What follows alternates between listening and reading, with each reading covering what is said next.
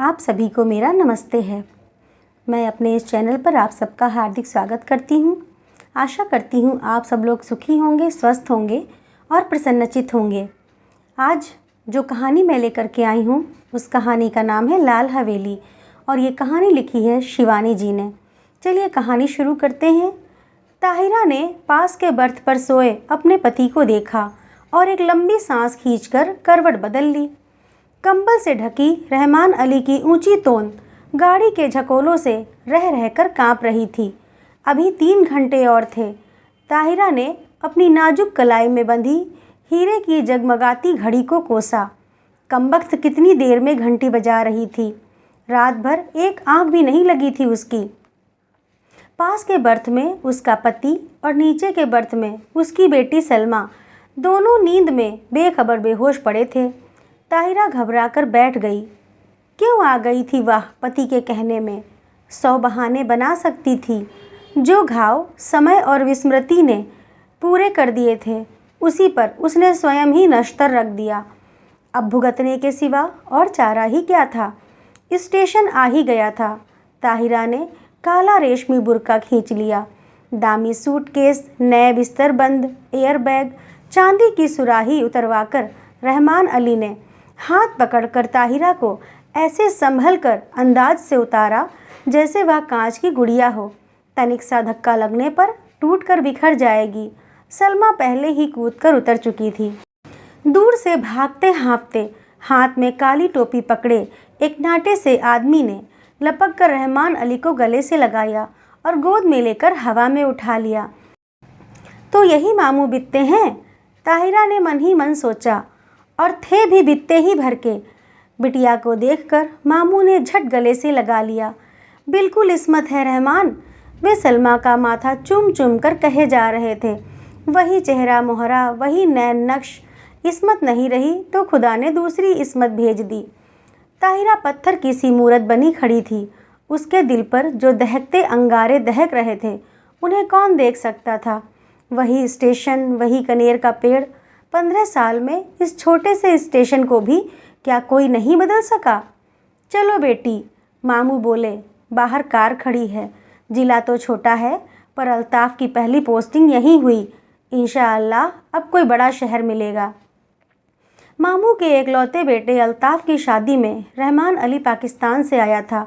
अल्ताफ़ को पुलिस कप्तान बनकर भी क्या इसी शहर में आना था? ताहिरा फिर मन ही मन कुढ़ी। घर पहुँचे तो बूढ़ी नानी खुशी से पागल सी हो गई। बार बार रहमान अली को गले लगाकर चूमती थीं और सलमा को देखकर ताहिरा को देखना भूल गईं। या अल्लाह, यह क्या तेरी कुदरत, इस्मत को ही फिर भेज दिया। दोनों बहुएं भी बोल उठी, सच अम्मी जान, बिल्कुल इस्मत आपा हैं। पर बहू का मुंह भी तो देखिए। लीजिए, ये रही अशरफी। और झट अशरफी थमाकर ननिया सास ने ताहिरा का बुर्का उतार दिया। अल्लाह, चांद का टुकड़ा है। नन्ही नजमा देखो, सोने का दिया जला धरा है। ताहिरा ने लज्जा से सिर झुका लिया। 15 साल में वह पहली बार ससुराल आई थी। बड़ी मुश्किल से वीज़ा मिला था। 3 दिन रहकर फिर पाकिस्तान चली जाएगी। पर कैसे कटेंगे ये 3 दिन? चलो बहू, ऊपर के कमरे में चलकर आराम करो, मैं चाय भिजवाती हूँ, कहकर नन्ही मामी उसे ऊपर पहुँचाई। रहमान नीचे ही बैठकर मामू से बातों में लग गया और सलमा को तो बड़ी अम्मी ने गोद में ही खींच लिया। बार बार उसके माथे पर हाथ फेरती और हिचकियाँ बन जाती। मेरी इस्मत, मेरी बच्ची। ताहिरा ने एकांत कमरे में आकर बुर्का फेंक दिया। बंद खिड़की को खोला तो कलेजा धक हो गया। सामने लाल हवेली खड़ी थी। चटपट खिड़की बंद कर तख्त पर गिरती पड़ती बैठ गई। खुदाया, तू मुझे क्यों सता रहा है? वह मुंह ढाँप कर सिसक उठी।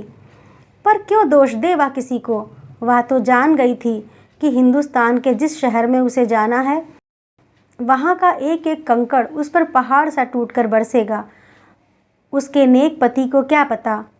भोला रहमान अली, जिसकी पवित्र आँखों में ताहिरा के प्रति प्रेम की गंगा छलकती, जिसने उसे पालतू हिरनी सा बनाकर अपनी बेड़ियों से बांध लिया था, उस रहमान अली से क्या कहती? पाकिस्तान के बंटवारे में कितने पिसे, उसी में से एक थी ताहिरा। तब थी वह 16 वर्ष की कनक छड़ी सी सुंदरी सुधा। सुधा अपने मामा के साथ ममेरी बहन के ब्याह में मुल्तान आई। दंगे की ज्वाला ने उसे फूंक दिया। मुस्लिम गुंडों की भीड़ जब भूखे कुत्तों की भांति उसे बोटी सी निचोड़ने को थी, तभी आ गया फरिश्ता बनकर रहमान अली। नहीं, वे नहीं छोड़ेंगे। हिंदुओं ने उनकी बहू बेटियों को छोड़ दिया था क्या? पर रहमान अली की आवाज़ की मीठी डोर ने उन्हें बांध लिया। सांवला दुबला पतला रहमान सहसा कठोर मेघ बनकर उस पर छा गया। सुधा बच गई, पर ताहिरा बनकर। रहमान की जवान बीबी को भी देहली में ऐसे ही पीस दिया गया था। वह जान बचाकर भाग आया था, बुझा और घायल दिल लेकर। सुधा ने बहुत सोचा समझा और रहमान ने भी दलीलें की, पर पशेमां हो गया। हार कर किसी ने एक दूसरे पर बीती बिना सुने ही मजबूरियों से समझौता कर लिया। ताहिरा उदास होती तो रहमान अली आसमान से तारे तोड़ लाता, वह हंसती तो वह कुर्बान हो जाता। 1 साल बाद बेटी पैदा हुई तो रहा सहा मैल भी धुलकर रह गया। अब ताहिरा उसकी बेटी की माँ थी, उसकी किस्मत का बुलंद सितारा। पहले कराची में छोटी सी बजाजी की दुकान थी, अब वह सबसे बड़े डिपार्टमेंटल स्टोर का मालिक था। 10-10 सुंदरी एंग्लो इंडियन छोकरियां उसके इशारों पर नाचतीं, धड़ाधड़ अमरीकी नायलॉन और डेक्रॉन बेचतीं। दुबला पतला रहमान हवा भरे रबर के खिलौने सा फूलने लगा, तोंद बढ़ गई, गर्दन ऐंठ कर शानदार अकड़ से ऊंची उठ गई, सीना तन गया, आवाज में खुद ब खुद एक अमरीकी डॉल आ गया। पर नीलम बुखराज से जड़ी हीरे से चमकती दमकती ताहिरा शीशम के हाथी दांत जड़े छपर खट पर अब भी बेचैन करवटें ही बदलती।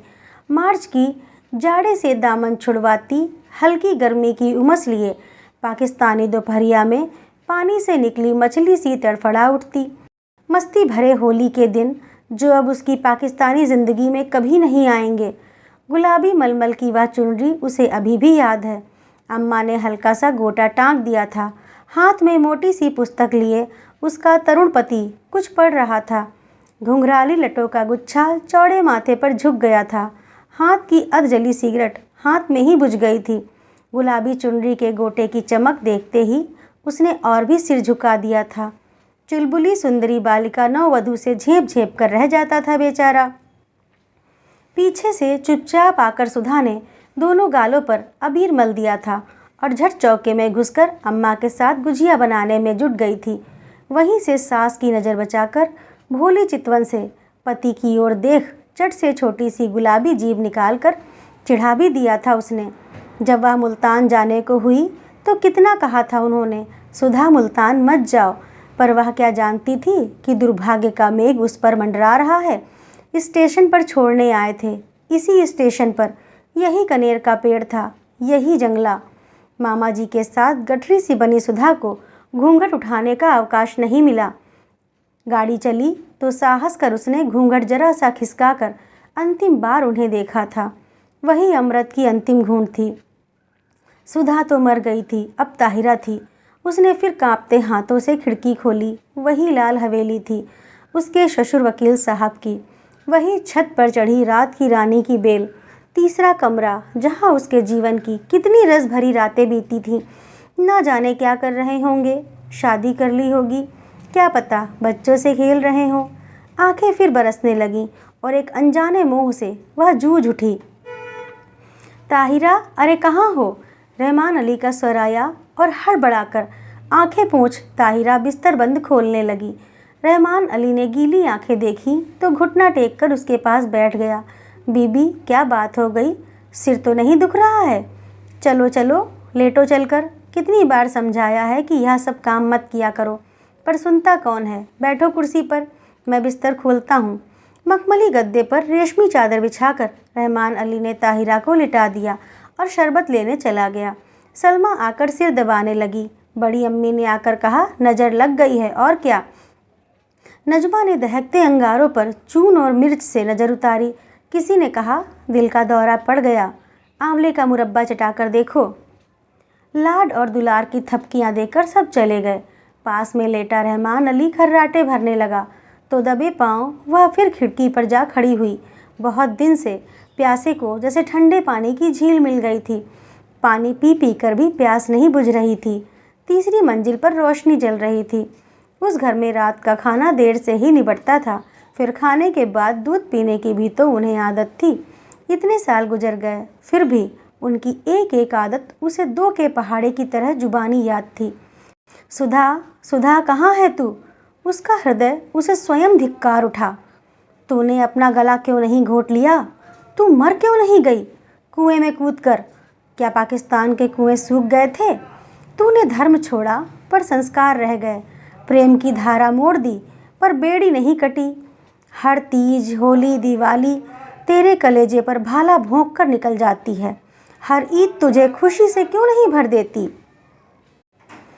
आज सामने तेरे ससुराल की हवेली है, जा उनके चरणों में गिरकर अपने पाप धो ले। ताहिरा ने सिसकियां रोकने को दुपट्टा मुंह में दबा लिया। रहमान अली ने करवट बदली और पलंग चरमराया। दबे पैर रखती ताहिरा फिर लेट गई। सुबह उठी तो शहनाइयाँ बज रही थीं। रेशमी रंग बिरंगी गरारा कमीज, अबरकी चमकते दुपट्टे, हिना और मोतियों की गमक से पूरा घर महर महर कर रहा था। पुलिस बैंड तैयार था। खाकी वर्दियाँ और लाल तुर्रम के साफे सूरज की किरणों से चमक रहे थे। बारात में घर की सब औरतें भी जाएंगी। एक बस में रेशमी चादर तान कर पर्दा खींच दिया गया था।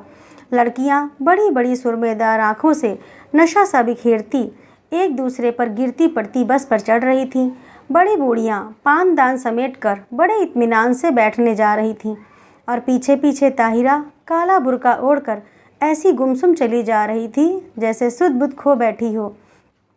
ऐसी ही एक सांझ को वह भी दुल्हन बनकर इसी शहर में आई थी। बस में सिमटी सिमटाई लाल चूनर से ढकी। आज था स्याह बुर्का जिसने उसका चेहरा ही नहीं पूरी पिछली जिंदगी अंधेरे में डुबाकर रख दी थी। अरे किसी ने वकील साहब के यहाँ बुलवा भेजा या नहीं? बड़ी अम्मी बोली और ताहिरा के दिल पर नश्तर फिरा। दे दिया अम्मी, मामू जान बोले। उनकी तबीयत ठीक नहीं है, इसी से नहीं आए। बड़े नेक आदमी हैं। बड़ी अम्मी ने डिबिया खोलकर पान मुंह में भरा। फिर छाली की चुटकी निकाली और बोली, शहर के सबसे नामी वकील के बेटे हैं, पर आस ना औलाद। सुना एक बीबी दंगे में मर गई तो फिर घर ही नहीं बसाया। बड़ी धूमधाम से ब्याह हुआ। चांद सी दुल्हन आई। शाम को पिक्चर का प्रोग्राम बना। नया जोड़ा, बड़ी अम्मी, लड़कियां, यहाँ तक कि घर की नौकरानियां भी बन ठन कर तैयार हो गईं। पर ताहिरा नहीं गई। उसका सिर दुख रहा था। बेसिर पैर के मोहब्बत के गाने सुनने की ताकत उसमें नहीं थी। अकेले अंधेरे कमरे में वह चुपचाप पड़ी रहना चाहती थी। हिंदुस्तान, प्यारे हिंदुस्तान की आखिरी सांझ। जब सब चले गए तो तेज बत्ती जलाकर वह आदमकद आईने के सामने खड़ी हो गई। समय और भाग्य का अत्याचार भी उसका अलौकिक सौंदर्य नहीं लूट सका। वह बड़ी बड़ी आँखें, गोरा रंग और संगमरमर सी सफ़ेद देह। कौन कहेगा वह एक जवान बेटी की माँ है? कहीं पर भी उसके पुष्ट यौवन ने समय से मुंह की नहीं खाई थी। कल वह सुबह 4 बजे चली जाएगी। जिस देवता ने उसके लिए सर्वस्व त्याग कर वैरागी का वेश धर लिया है, क्या एक बार भी उसके दर्शन नहीं मिलेंगे? किसी शैतान नटखट बालक की भांति उसकी आंखें चमकने लगीं। झटपट बुर्का ओढ़ वह बाहर निकल आई। पैरों में बिजली की गति आ गई, पर हवेली के पास आकर वह पसीना पसीना हो गई। पिछवाड़े की सीढ़ियाँ उसे याद थीं, जो ठीक उनके कमरे की छोटी खिड़की के पास आकर ही रुकती थीं। एक एक पैर 10 मन का हो गया। कलेजा फट फट कर मुँह को आ गया। पर अब वह ताहिरा नहीं थी। वह 16 वर्ष पूर्व की चंचल बालिका नववधू सुधा थी, जो सास की नज़र बचाकर तरुण पति के गालों पर अबीर मलने जा रही थी। मिलन के उन अमूल्य क्षणों में सैयद वंश के रहमान अली का अस्तित्व मिट गया था। आखिरी सीढ़ी आई। सांस रोककर आंखें मूंद वह मनाने लगी, हे बिल्वेश्वर महादेव, तुम्हारे चरणों में यह हीरे की अंगूठी चढ़ाऊंगी। एक बार उन्हें दिखा दो, पर वे मुझे ना देखें। बहुत दिन बाद भक्त ने भगवान का स्मरण किया था। कैसे ना सुनते। आंसुओं से अंधी ने देवता को देख लिया। वही गंभीर मुद्रा, वही लट्ठे का एक बर्रा पाजामा और मलमल का कुर्ता। मेज पर अभागिन सुधा की तस्वीर थी, जो गौने पर बड़े भैया ने खींची थी। जी भरकर देख पगली और भाग जा, भाग ताहिरा भाग। उसके कानों में जैसे स्वयं भोलेनाथ गरजे। सुधा फिर डूब गई। ताहिरा जगी। सब सिनेमा से लौटने को होंगे। अंतिम बार आंखों ही आंखों में देवता की चरण धूलि लेकर वह लौटी और बिल्वेश्वर महादेव के निर्जन देवालय की ओर भागी। ना जाने कितनी मनौतियाँ मांगी थीं इसी देहरी पर। सिर पटक कर वह लौट गई। आंचल पसार कर उसने आखिरी मनौती मांगी, हे भोलेनाथ, उन्हें सुखी रखना, उनके पैरों में कांटा भी ना गड़े। हीरे की अंगूठी उतार कर चढ़ा दी और भागती हाँफती घर पहुंची। रहमान अली ने आते ही उसका पीला चेहरा देखा तो नब्ज पकड़ ली। देखूं बुखार तो नहीं है? अरे अंगूठी कहाँ गई? वह अंगूठी रहमान ने उसे इसी साल शादी के दिन यादगार में पहनाई थी। न जाने कहाँ गिर गई। थके स्वर में ताहिरा ने कहा, कोई बात नहीं। रहमान ने झुककर ठंडी बर्फ सी लंबी उंगलियों को चूमकर कहा, ये उंगलियां आबाद रहें। इंशाअल्लाह अब के तेहरान से चौकोर हीरा मंगवा लेंगे। ताहिरा की खोई दृष्टि खिड़की से बाहर अंधेरे में डूबती लाल हवेली पर थी, जिसके तीसरे कमरे की रोशनी दप से बुझ गई थी। ताहिरा ने एक सर्द सांस खींचकर खिड़की बंद कर दी। लाल हवेली अंधेरे में गले तक डूब चुकी थी। चलिए अब थोड़ा सा शिवानी जी के बारे में जान लेते हैं। शिवानी जी का जन्म 17 अक्टूबर 1923 को राजकोट, गुजरात में विजयदशमी के दिन हुआ था। हिंदी की वे एक कहानीकार एवं उपन्यासकार थीं। उनका वास्तविक नाम गौरापंत था, किंतु वे शिवानी के नाम से ही लेखन करती थीं। हिंदी साहित्य जगत में शिवानी एक ऐसी शख्सियत रहीं जिनकी हिंदी, संस्कृत, गुजराती, बंगाली, उर्दू तथा अंग्रेजी पर अच्छी पकड़ रही। शिवानी अपनी कृतियों में उत्तर भारत के कुमाऊं क्षेत्र के आसपास की लोक संस्कृति की झलक दिखलाने और किरदारों के बेमिसाल चित्रण करने के लिए जानी गईं। उनकी लिखी कृतियों में कृष्णाकली, भैरवी, आमोदर, शांति निकेतन, विषकन्या, 14 फेरे आदि प्रमुख है। उन्होंने अपनी कृतियों में नायिका के सौंदर्य और उसके चरित्र का वर्णन बड़े दिलचस्प अंदाज में किया है। तो दोस्तों, कैसी लगी आप लोगों को यह कहानी? अच्छी लगी हो तो लाइक करिए, शेयर करिए और ऐसी ही और कहानियों के लिए मेरे चैनल को सब्सक्राइब करिए। धन्यवाद।